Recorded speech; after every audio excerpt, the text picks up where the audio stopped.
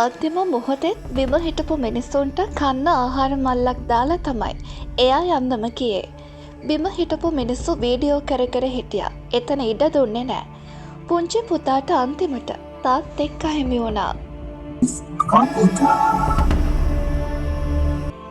වෙන්නපුව ලුණුබෙලදී ආපදා සහනාධාර ලබා දීමේ මෙහෙයුමේ නිරතව සිටියදී බෙල් 212 හෙලිකොප්ටරයක් ඊයේ අනතුරටපත් වී තිබුණා.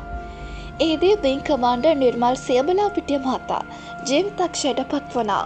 නිර්මල් සියඹලාපිටිය මහතාට වයස අවුරුදු 5ක කුඩා පුතෙකු සිටිනවා. බිරිඳ සහ පුංචි පුතු මෙවන විට සිදු වූ දේ පිළිබඳව සිතාගත නොහැකි දැඩි කම්පනයෙන් සිටින බවටයි වාර්තා වන්නේ. එම අවස්ථාවේ හෙලිකොප්ටරය ලෑන්ඩ් කිරීමට උත්සාහ කළත් පහළ සිටි මිනිසුන් වීඩියෝ කරමින් පාරේ රැඳී සිටීම හේතුවෙන් එය කළ නොහැකි වූ අතර අවසානයේ අවසන් ආහාර මල්ලද දමා තවත් සුළු මොහොතකින් අනතුරට ලක් වූ අතර එම හේතුවෙන් නිර්මල් සියඹලාපිටිය මහතා ජීවිතයෙන් සමුගෙන යනු ලැබුවා. ගංවතුර විනෝදයක් කරගනිමින් පැරණි බෙල් 212 හෙලිකොප්ටරයට උපහාස කරමින් පාර පුරා යමින් එය වීඩියෝ කළ මිනිසුන්ට ආහාරද ලබා දී ඔහු තමන්ගේ බිරිඳ සහ පුංචි පුතු අතහැර සමු ගනු ලැබුවා. ශ්‍රේෂ්ඨ විරවාණනිය ඔබට නිර්වාණ සොයාත් වේවා.